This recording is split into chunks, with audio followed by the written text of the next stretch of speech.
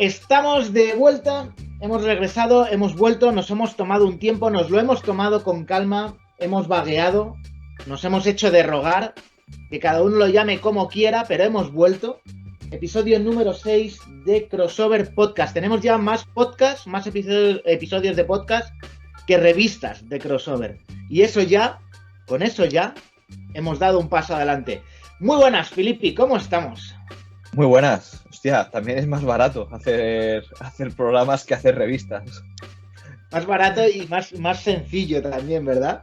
También, es más sencillo. Cogemos un tema y lo recordamos, casi ni nos preparamos los programas y tiramos de memoria y de nuestros conocimientos, ¿no? De streetball.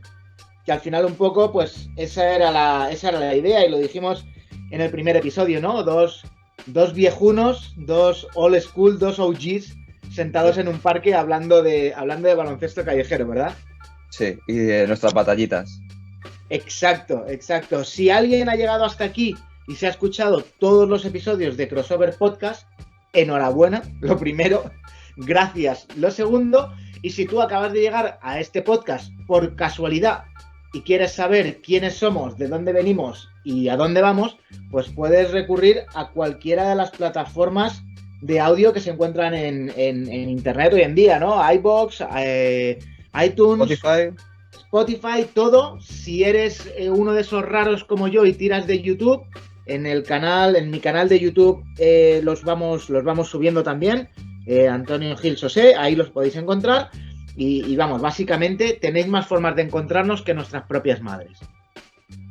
Así que nada, sin más dilación, tema de hoy, Filippi, un tema del que hemos hablado muchas veces tú y yo y del que quizás se ha indagado muy poco en lo que serían las plataformas de comunicación actuales, ¿no? Bien prensa, bien YouTube, bien redes sociales, que no es otro que el Quai 54, K54, Quai como se diga. Que se concat. El K54, el torneo parisino de baloncesto callejero, que precisamente tú conoces bastante mejor que yo en primera persona. Bueno, una de las ideas que teníamos cuando hicimos la revista era llevar un equipo, ¿no? Llevar un equipo allí. Y bueno, hay que decir que las primeras veces que fuimos, yo he estado 6 veces, las primeras veces se llamaba el equipo Crossover Team. Y era representando, bueno, lo que era Crossover Mag, la revista. Exacto. 6 veces que tú has ido, 6 veces que has intentado arrastrarme contigo y por circunstancias no ha podido ser, pero la última sí que la vivimos juntitos de la mano, como dos enamorados caminando por París, ¿no? Ahí a los pies de la Torre Eiffel. Sí. ¿Cerramos el círculo o abriremos el círculo y volveremos algún día a París? Aunque sea a sentarnos en la grada a que nos dé el sol a 40 grados y nos quememos. Llámalo espiral en vez de círculo, por si acaso algún día vuelve a girar. Es verdad. Espiral. Bueno, nosotros lo vamos a llamar Quai 54. Perdón a nuestros oyentes francófonos, si es que los hay, o esos que estudian francés o que saben francés perfecto. Seguramente lo dirán de otra forma, pero yo creo que todos los oyentes nos entienden cuando nos referimos al Quai 54, el torneo de baloncesto callejero que se celebra en París desde hace muchísimo tiempo y del que vamos a hablar ahora un poco más a conciencia. Pero a mí me gustaría, Filippi, que primero explicases un poco qué es el Quai 54. Pues el Quai 54 es el mejor torneo de streetball a nivel mundial. Así, en resumen, rápido y fácil. Ni es un mundial ni es nada. Es el torneo 5 contra 5 de streetball más internacional, porque han participado equipos de todos los sitios, desde aparte de Francia, Italia, Letonia, Reino Unido, Alemania, Bélgica. Ahora Rusia desconozco, pero bueno, Estados Unidos, China, Japón, Brasil, no sé, seguro que algún país me dejo. Lo que empezó allá por 2003 como un torneo para equipos parisinos y equipos franceses, bueno, pues fue creciendo. yo diría que con paso bastante pausado, sin ir a lo loco, fue creciendo como torneo, fue creciendo como ambición también de la organización, y lo que decía Filippi, fue llevando a equipos de diferentes países, pues también para demostrar eso que muchas veces se dice, pero que pocas veces se hace, de que el baloncesto es un deporte global y un deporte que une culturas. Es un torneo que se celebra, como decimos, desde 2003, con algún parón en concreto que ahora comentaremos en París, que ha pasado por diferentes localizaciones, que seguramente muchos conozcan por esas fotos espectaculares de cuando se disputaba en el Trocadero con la Torre Eiffel de fondo. Siempre digo Estatua de la Libertad, cuando voy a decir Torre Eiffel digo Estatua de la Libertad. Intercambio de regalos. Con la Torre Eiffel de fondo, unas imágenes espectaculares que seguramente muchísima gente habéis visto en redes sociales, en internet, y que ha ido pasando por diferentes localizaciones, pero que nunca ha salido de lo que es París ciudad, ¿no? Por decirlo de alguna forma. Tú lo mencionabas, Filippi, no es el mundial de baloncesto callejero. ¿Por qué mucha gente dice que es eso, que es el campeonato del mundo de streetball, que es el campeonato del mundo oficioso de streetball y cosas así? Bueno, hay gente que incluso a una 2021 les dice 3x3, que lo has visto también en redes sociales. No, porque realmente no es un torneo que pretenda ser un mundial. Es un torneo que pretende ser global, y lo es. Al final, para ser un mundial, pues tienes que ser como más igualitario con los equipos que traes, ¿no? Y tienes que haber como clasificaciones, que realmente ellos nunca han pretendido. Hamadoun Sidibe, que es el organizador y el cerebro de todo lo de, junto con Thibaut de Longueville, creo que se llama, el que también está en 360 Studio Creative, con Kevin Collier, con toda nuestra gente de allí de París. Ellos nunca han pretendido hacer un mundial. Ellos han intentado globalizar y dar imagen al streetball, a lo que es París, a lo que es toda la cultura hip hop que rodea, a lo que muchas veces hemos echado en falta aquí en España, ¿no? Ellos realmente sí que tienen una cultura de playground, ellos sí que tienen una cultura mucho más real de hip hop. Ellos sí que tienen un gran público que sí que desea eso, que aquí no hay. Cuando hemos intentado hacer algún torneo, recuerdo, pues no hay esa cultura, no hay ese deseo, no hay esa...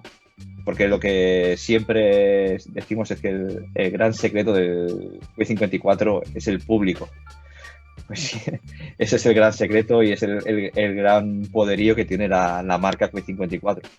Un público que el último año era de pago, el Q54. No, ha habido varios años. Eso fue también un bastante centro de polémica, porque era un torneo que era gratuito, y una de las mayores, cuando realmente cogió una de las cimas el torneo, fue cuando ya se hizo global en nuestra segunda participación en el 2011, que fue realmente el primer torneo que estuvo al lado de la Torre Eiffel, que fue en el Trocadero. Yo recuerdo a las 9 de la mañana más de 1000 personas haciendo cola para entrar, con todo lleno. Y era, claro, es lo que te iba a decir, que era curioso, porque a pesar de que algún año sí que ha sido pagando entrada, normalmente era un torneo gratuito en el que se hacían unas colas brutales, en el que, sin querer desmerecer a nadie, a lo mejor organizando ese torneo en España ves a un montón de gente ajena al básquet que pasa por ahí y echa un poquillo el vistazo, mira a ver qué está pasando, pero que allí realmente movilizaba a muchísima gente que hacía, como tú dices, colas de horas para poder entrar a ver un torneo en el que, sobre todo en sus inicios, en sus primeros años, no había jugadores profesionales, no había jugadores que digas, pues quiero ir porque es que a este torneo va a venir a jugar, pues quien sea, ¿no? Carmelo Anthony, no. Quiero ir porque me mola el torneo, porque me mola el ambiente, y porque una cosa que yo creo que el Q54 ha mantenido fiel durante mucho tiempo es que no es solo básquet, sino que es como, por decirlo así, a lo mejor queda un poco poético, ¿no? Pero es una fiesta del barrio, realmente lo que sucede ahí. Sí. Sí, sí, sí. Una gran fiesta donde tienen cabida mezcla de culturas bastante relacionadas con la raza negra y con la cultura hip hop. Y aparte, pues todo lo que es música, todo lo que son bailes, todo lo que son actuaciones, bueno, y realmente la gente va a pasar, o iba a pasar, un fin de semana de fiesta, de estar bailando en la grada a 40 grados, sin sombra, comiendo el arroz con pollo.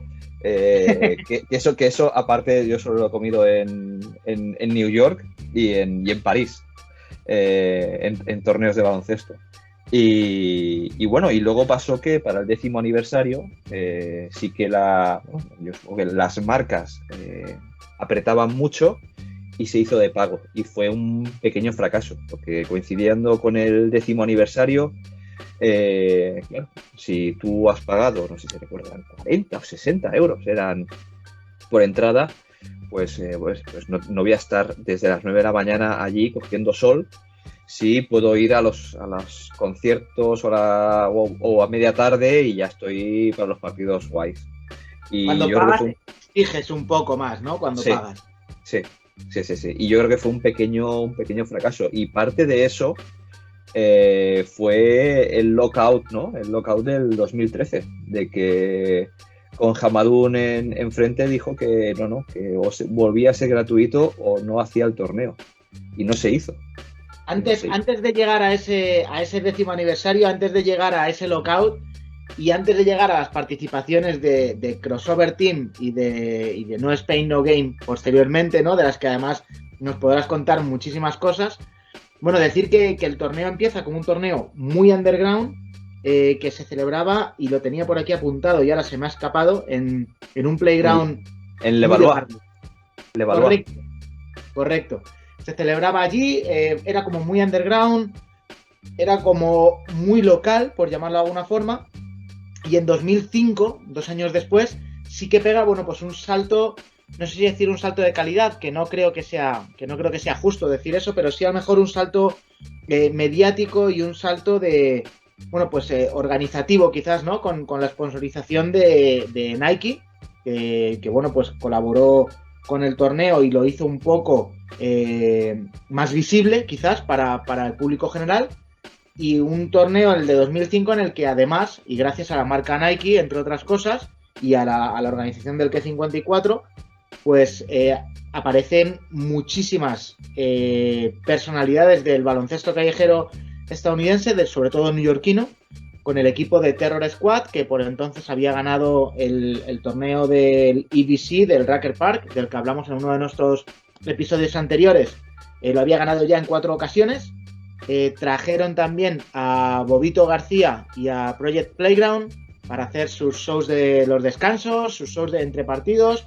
Como que globalizaron muchísimo todo aquello, como que se convirtió también en una especie de reflejo de lo que era la cultura hip hop parisina y francesa, pero que al mismo tiempo también fue como una bofetada de realidad para todo aquel que no pertenecía a ese entorno, porque Filippi nos lo va a contar qué es lo que pasó con Terror Squad en aquel torneo.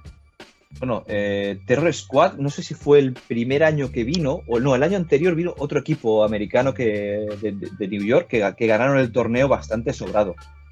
Quiero recordar, porque yo creo que tú también los tienes, no sé si con qué venía, con revistas o algo, venían unos DVDs promocionales, sí. 2005, 2006 y 2007, que creo que también se pueden encontrar en YouTube, con reportajes de lo que era el Q54 del torneo. Y yo creo que hay un año que ganan bien en New York, y al año siguiente, no me acuerdo qué equipo era, viene Terror Squad.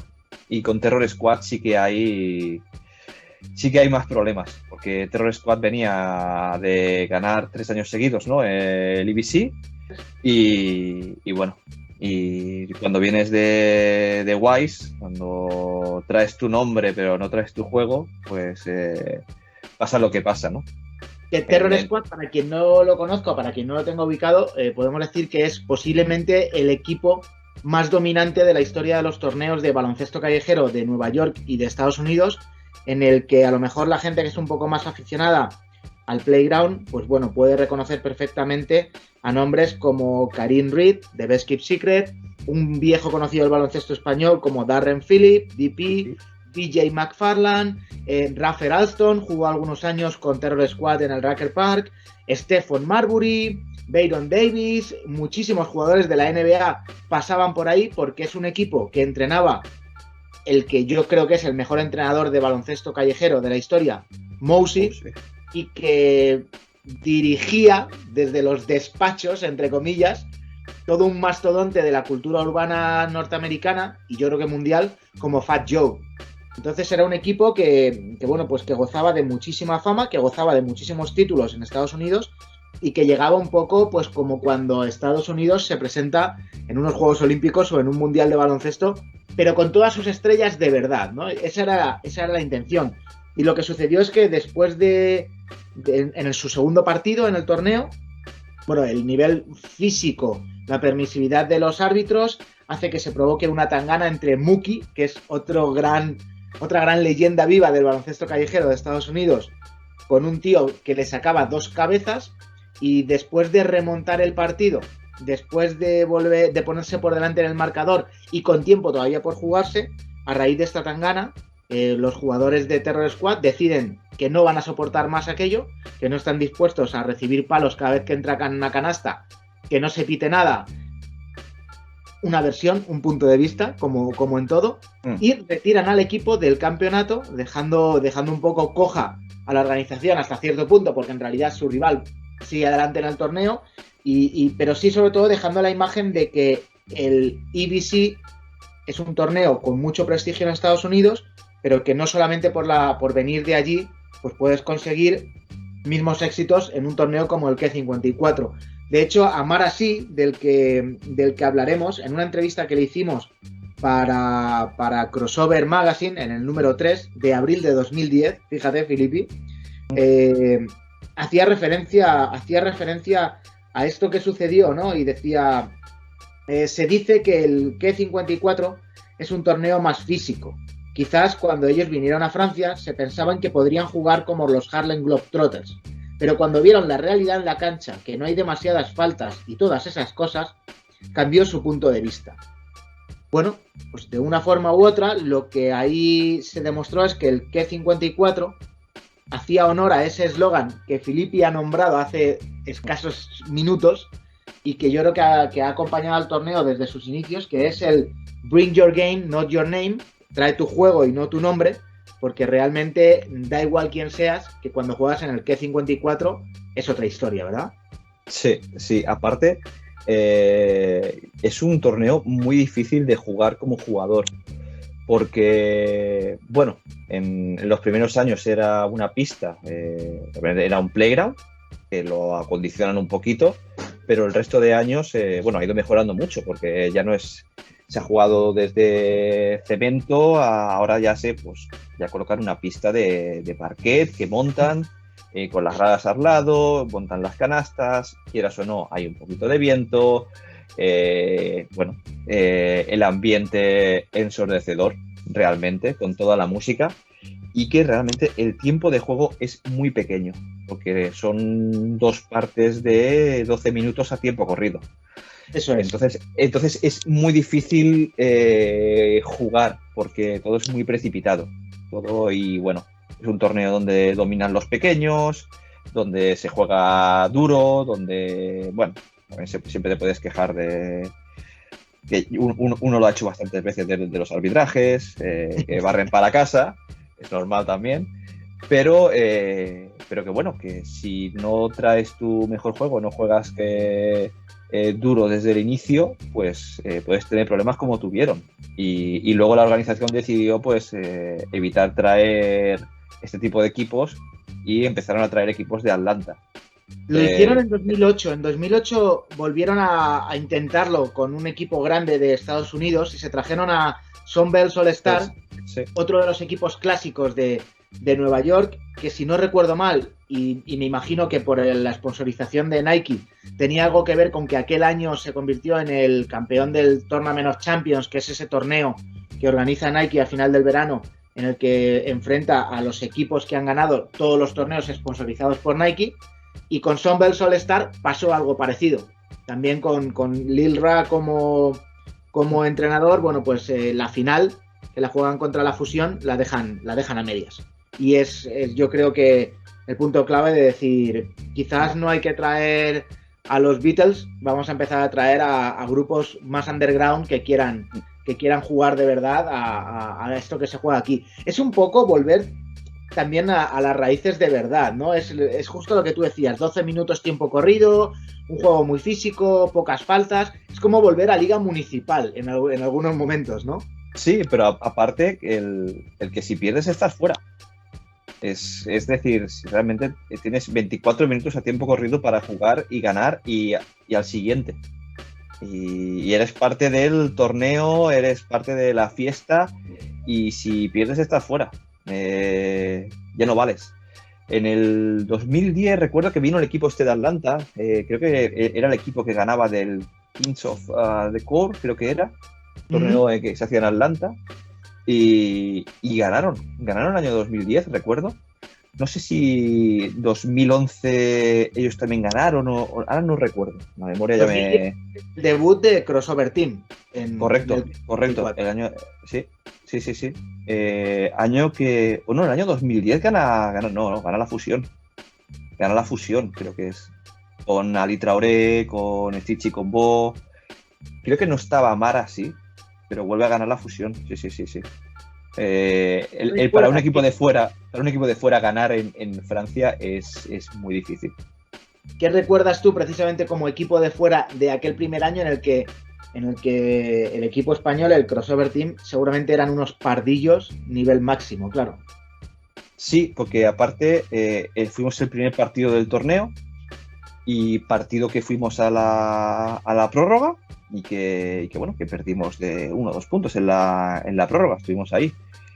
Sobre todo la sensación de decir, nos hemos quedado aquí muy cerca de seguir en la fiesta, ¿no?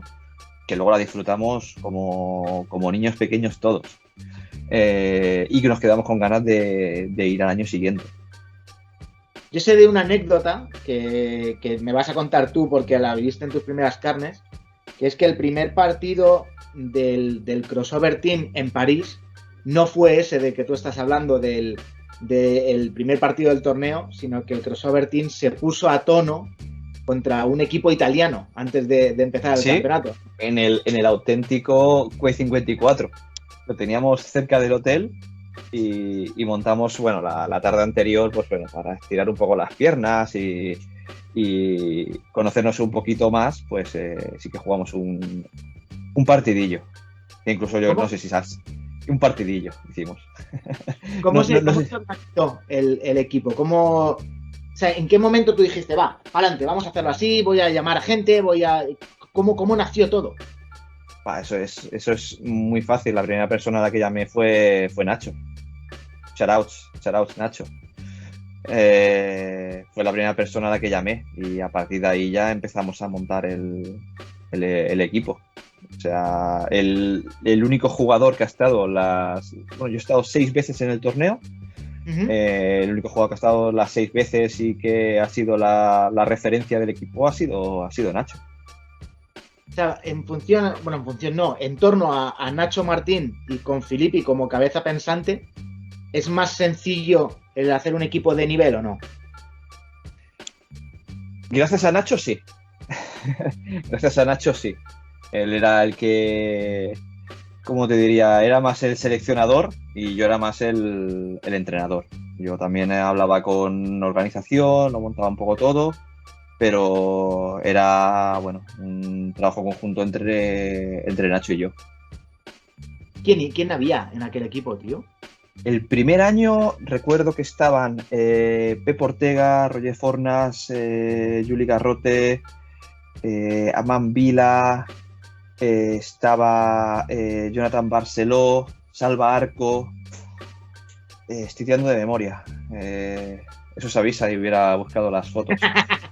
Pero al margen de eso, que no eran 4 colegas del parque de ahí de debajo de tu casa. Bueno, tirábamos un poco de la B-Squad. Tiramos bastante de la B-Squad y sumamos algunos jugadores. Y el resultado fue que, al margen de cómo quedó el equipo y de hasta dónde llegó, pues se convirtió en un clásico el volver para allá. Para que no tengas que hacer memoria esta vez, que lo tengo por aquí apuntado porque me lo pasaste en su momento, y también lo has mencionado tú, Crossover Team y posteriormente No Spain No Game, que fue ahí como el cambio de nombre, ¿no? Ha participado en el K54 en 2010, 11, 12, estuvo en Lockout de 2013, 2014, 15 y 2018. ¿Qué es eso del Lockout de 2013? Ese es el Lockout un poco como pasó aquí en Cataluña del no vull pagar, ¿no? De no pagar peaje. Que la organización quiso que no se pagara, que volviera a las raíces.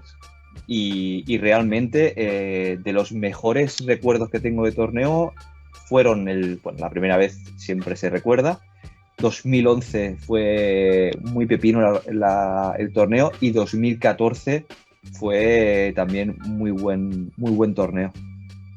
Sobre todo porque en 2014, al margen de patrocinadores, al margen de que quizás el campeonato se había convertido en algo un tanto, como tú dices a veces, ¿no? Elitista y un tanto, bueno, pues quizás no tan puro y no tan real como antes, se vuelve a lo que son los orígenes, por lo menos en cuanto a ideales, del K54, ¿verdad?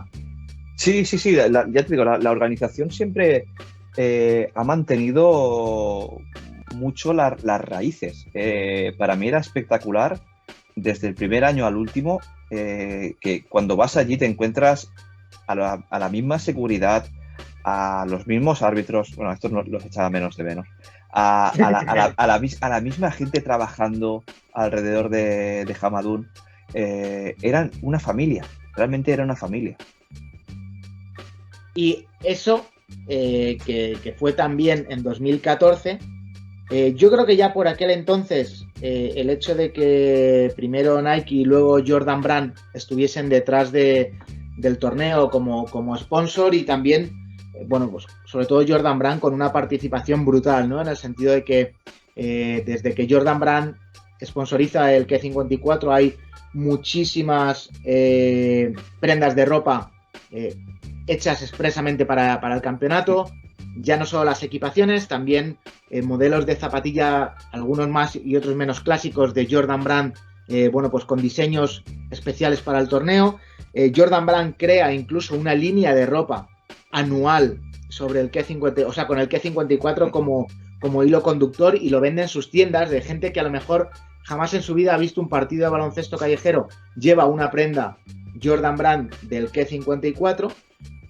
Y todo explota un poco en 2015, cuando de repente, al margen de que durante años hayan aparecido pues algunos jugadores profesionales de Estados Unidos sponsorizados por Nike y por Jordan, hacer acto de presencia como maestros de ceremonias, como ganchos, como reclamos, aunque no sea para jugar, en 2015 de repente llega una noticia, o un rumor más que una noticia muy grande, que es Michael Jordan viene al K54.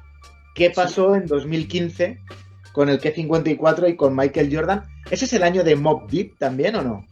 No, Mobb Deep fue en 2014. Pero aparte, Mobb Deep fue una actuación que recuerdo, bueno, a media tarde, que nadie se la esperaba, y de repente apareció allí Mobb Deep. Que Mobb Deep, sabes que en esta casa Mobb Deep son sagrados, ¿eh? Sí. Bastante. Infamous Mobb. Cantaron dos temas, el Survival of the Fighter y el otro, los dos más famosos que tienen, ahora no recuerdo el nombre. ¿Cuál? Elon Heard. O no. Part 2. Sí, este es.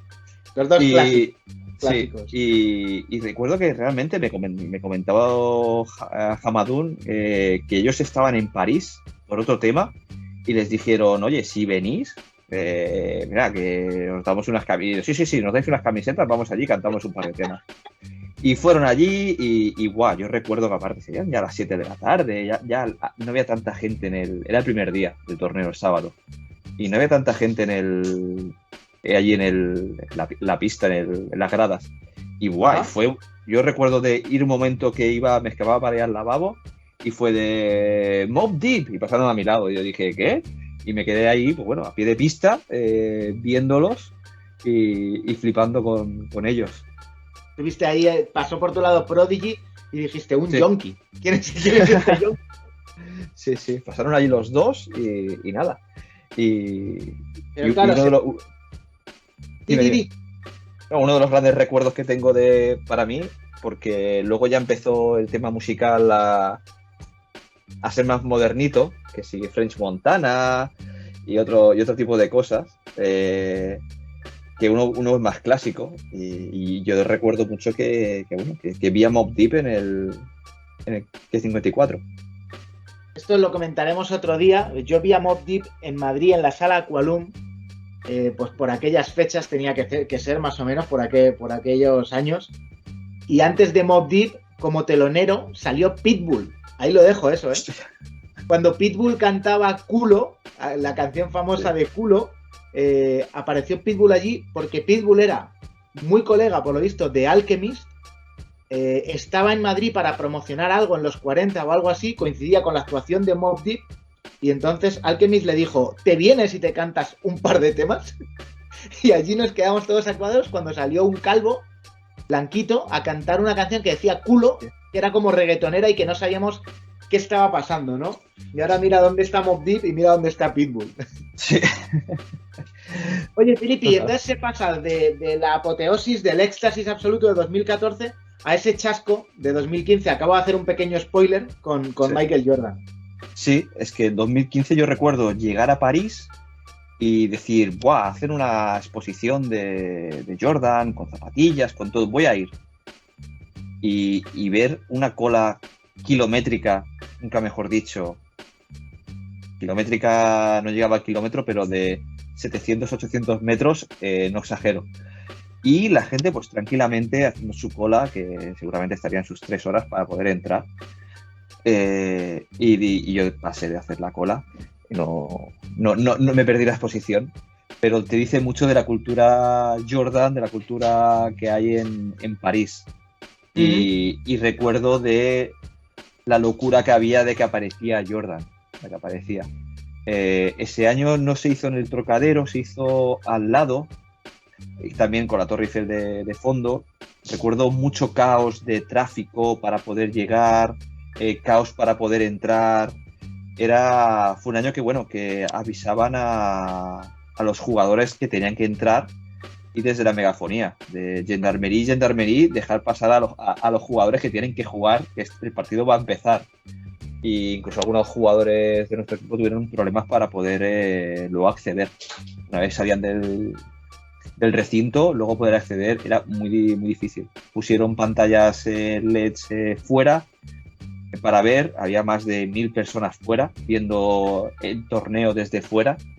Y bueno, la leyenda dice que Jordan apareció allí, vio todo el nivel que había de gente, de locura, y dice que no vio la seguridad que le esperaba, no lo vio claro y se fue. Y lo mejor, aparte de explicaciones de la organización explicando por qué Jordan no aparecía, todo lo que fue ese chasco, lo mejor fue que el público siguió en el torneo. No dijo, hemos venido a ver a Jordan y nos vamos. No, siguieron allí y disfrutaron del torneo como si nada hubiera pasado. Porque la realidad de todo esto es que Jordan estaba en París en esa fecha. Hay fotos, hay promoción, hay un montón de cosas, pero es lo que tú dices, quizás no ha venido Jordan, pues seguimos para adelante. Es un poco también te habla un poco pues de la identidad, ya no solo del torneo en sí, sino también del público del que hablábamos al principio, que es parte muy protagonista y muy, muy protagonista. Sí. Hasta el punto de que si el chasco de 2015 con Jordan fue salvable, el gran chasco, por decirlo así, entre comillas, lo de gran chasco de 2016 fue completamente insalvable, y es que al margen de ese lockout del que hablaba Filippi en 2013, en 2016 no hay Q54 porque se cancela por el estado de alarma. Sí, bueno, hay un atentado en Niza como un mes antes y es una época con amenazas terroristas. Bueno, aquí en Barcelona también tuvimos nuestras movidas. Y coincidía el Quiz 54 con una cosa que a mí me encanta, pero que la gran mayoría de parisinos odia, que es el Tour de Francia. Uh-huh. Y la seguridad prefirió centrarse en el Tour de Francia, que al final es uno de los, diría, 3 eventos más grandes del mundo del deporte, con los Juegos Olímpicos y el Mundial de Fútbol. Pues eso, pues al final el P54 pues tuvo que hacer un Family and Friends en otro sitio con mucha gente, con muchos equipos que ya habían comprado billetes para poder ir allí y todo. Y quedó un poco, pues eso, apagado el Q54. Un Q54 improvisado, ¿no? Un Q54 sí, en petit comité, aprovechando que está en Francia, ¿no? Correcto. Bueno, y de ahí damos un salto, que tampoco podemos ir comentando edición a edición, y damos un salto a algo que yo creo que es muy importante y que no se valora lo suficiente, y es que muchos tiran de boquilla y muchos tiran de ideales y muchos defienden el deporte femenino, pero cuando el deporte femenino encima es amateur, todavía es mucho más, pues ya no secundario, sino muchas veces hasta desaparece del mapa. Pero el Q54 en 2021, es decir, este año, en la edición de este año, por primera vez introduce una división femenina en el torneo y pues lo hace todavía más global. Ya no es solo música, ya no es solo moda, ya no es solo barrio y baloncesto, sino que es baloncesto para todo el mundo. Sí, totalmente. Es parte de la evolución que yo creo que todas las cosas, todo el mundo del deporte está sufriendo en el buen sentido, de que, ¿por qué no? Había un torneo que se hacía, decir, el Q54 femenino, se hacía en París, no sé si era en agosto también, que no lo petaba tanto, pero yo recuerdo que había un torneo en su momento, que Q54 como marca, porque ya no nos engañemos, lo que empezó como una pequeña reunión de lo que hablábamos con Joan, ¿no? Un poco de los de Las Palmas, los de Madrid, pues venir todos a Barcelona y jugamos y competimos, pues lo que empezó el Q54 así, pues se ha convertido en una marca global que genera muchísimo dinero y se ha convertido también en eso, tiene que globalizarse y hacer torneo masculino, torneo femenino. Y que barremos para casa, que el primer torneo o la primera vez que hay una división femenina en el Q54 encima gana un equipo español. Ahí está. Lo que no vosotros en años vienen ahora 4 muchachas y os pintan la cara, Felipe. Sí. Lo que no ha conseguido ni Crossover Team y luego No Spain No Game ni el Palo Team, que es el otro equipo español que también ha participado y sigue participando en los últimos años, lo han conseguido la parte femenina del Palo Team. A las cuales, pues desde aquí mandamos un gran saludo, un gran abrazo y una enhorabuena, a lo mejor un tanto tardía, sí que es cierto, pero en Crossover Podcast nosotros llevamos nuestro ritmo, manejamos nuestros tiempos. Filipe, para que no se nos vaya mucho más largo este episodio, que yo creo que es importante explicar bien y que es importante dedicarle su tiempo a un torneo tan importante como este y del que quizás nunca se ha hablado tan en profundidad. A lo mejor hay mucha gente que está diciendo, vale, está guay un torneo en París, habéis hablado de unos nombres raros de jugadores de Nueva York que han ido a jugar, habéis mencionado a Nacho Martín, que me puede sonar más o menos, habéis dicho no sé qué de la B-Squad, algo así. Pero a ese torneo a mí no me interesa porque a este torneo no van profesionales. Error. Sí van profesionales, ¿o no? Sí. Profesionales van. Muchos profesionales de Europa, muchos profesionales del baloncesto francés también, pero también gente internacional y gente NBA. Sí. A nivel francés, aparte de que es un nivel muy, muy físico y y le pega mucho al torneo. Jugadores no tan físicos como Evan Fournier, como Boris Dio, como Andrew Albisi, como Matías Lesor, que últimamente sí que está jugando bastante, y este sí que es físico y dominante. Jugadores Billombo, ¿no? En el año que estuviste tú, estaba con el equipo de Boris Dio y Andrew Albisi. Leandrinho Barbosa con el equipo brasileño. Se ha convertido eso en un torneo global que ya no distingue de jugadores profesionales, jugadores de calle, es jugadores de baloncesto. Yo recuerdo hablar ese año que fui contigo y con No Spain No Game, que jugó Bismack Billombo, como tú decías, ¿no? Con el cual yo pues tengo cierta relación de nuestros años NBA, cuando vivía en Estados Unidos y trabajaba en Estados Unidos, y él estaba dando sus primeros pasos en la NBA, de hablar con él fuera de micrófono y tranquilos y decirle: Bismack, ¿qué haces aquí? Es decir, tú tienes un contratazo NBA. No te estoy diciendo que tengas un contratazo como el de LeBron, pero ganas tu buen dinero en la NBA, tienes tu contrato NBA. Eres un tío que no tiene que demostrar hoy por hoy nada, ¿no? Y que, joder, que a lo mejor necesitas también descansar de tantos partidos de regular season, unas vacaciones. Sin embargo, en tus vacaciones te vienes aquí a jugar a 40 grados sin ninguna sombra ni nada. ¿Qué haces aquí? Y yo recuerdo que la respuesta de Bismack Billombo a mí me marcó bastante, porque me dijo: pues aquí hago dos cosas. Una, devolver a toda esta gente lo que esta gente me ha dado cuando yo no era jugador de la NBA. Y dos, juntarme con muy buenos amigos a los cuales no hay otra forma de ver si no es quedando, haciendo un equipo y viniendo a jugar aquí durante este fin de semana. Y a mí eso me chocó bastante, porque es como, al final, cuando alguien como Bismack Billombo, que no es Shaquille O'Neal, que no es una mega estrella de la NBA, que es un jugador de clase media NBA, pero que tiene la vida resuelta, quiere volver al barrio, que es lo que tú y yo hemos hablado muchas veces y hemos mencionado en otros episodios, y quiere jugar con sus colegas y pasarlo bien con sus colegas, al margen de lo que es el baloncesto profesional. Y eso también es una parte importante del Quai 54, porque igual que hemos dicho que no es solo baloncesto, sino que es música, es moda, es muchísimas otras cosas, también tiene esa parte lúdica y esa parte de pasarlo bien. Y yo creo que el pasarlo bien, la máxima expresión del pasarlo bien en el Quai 54 es el concurso de mates, en el que no están jugadores profesionales, en el que no están casi nunca jugadores de los que están participando en el torneo, sino en el que llevan a dunkers profesionales que muchas veces son casi más esperados que la propia final del campeonato, ¿no?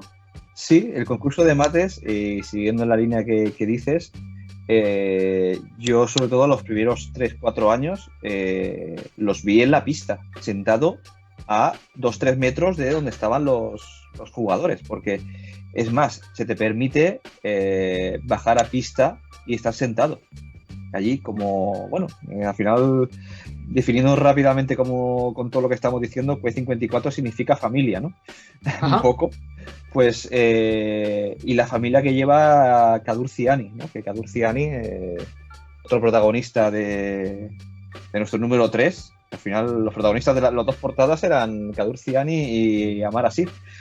Pues él es el que organiza, él es el que invita, él es el que monta el concurso de mates, que al final se convierte en uno de los mejores concursos de mates del año a año. Nada que ver con ningún concurso de mates NBA o similares. No, nada que ver. Nada. Y ahora ya con la época de internet, ahora ya es más fácil que la gente conozca estos dunkers, pero antes era un poco...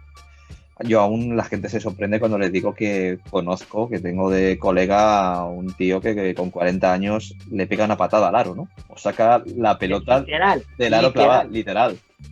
La gente aún se sorprende. Menos mal que existe YouTube y lo puedes enseñar rápido.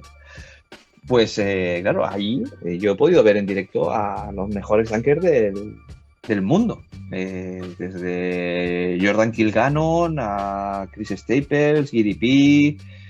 Isaiah Rivera, Lipek, que recuerdo que fue la bomba cuando apareció Lipek, porque aparte era un blanco polaco. Un tío que físicamente no es el que tú ves y dices, este tío revienta el aro. No, no es ese tío. Está muy fuerte, el Ipek. Está muy fuerte, pero no como para hacer las barbaridades que hace en el aire. Sí. Just Fly, recuerdo Just Fly. Y luego en el backstage, cuando los ves por allí, hostia, los ves que están todos colgados por volar y pegar mates. Es un torneo, es un concurso de mates muy especial, el del Q54. Es al final donde sacan las grandes imágenes también para la promoción, ¿no? del torneo, en los vídeos promocionales, en los recaps y todo esto. Filipe, para cerrar, tú que has visto torneos de baloncesto callejero en Estados Unidos, tú que has visto torneos en Europa, tú que has viajado, tú que has estado en eventos en España, ¿el Q54 es el mejor torneo de básquet callejero que tú has visto en tu vida? Sí. No doubts. Sí. Sin ninguna duda, ¿no? Sí. Pues con este sí rotundo y contundente de Filippi, al cual yo asiento con la cabeza. Y tú también, ¿no? Tú has es lo que quería decir. Aprovecho para agradecerte que por fin me arrastrases allí, ¿no? Un año y se alineasen los astros para poder disfrutar juntos de este campeonato. Yo creo que podemos cerrar el episodio número 6 de Crossover Podcast, dedicado a este macro evento del baloncesto callejero en París.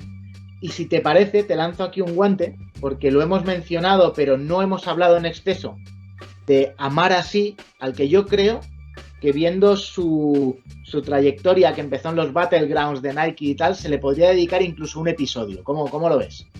Totalmente. Es el jugador más importante del Q54. No sé cuántas veces lo ha ganado.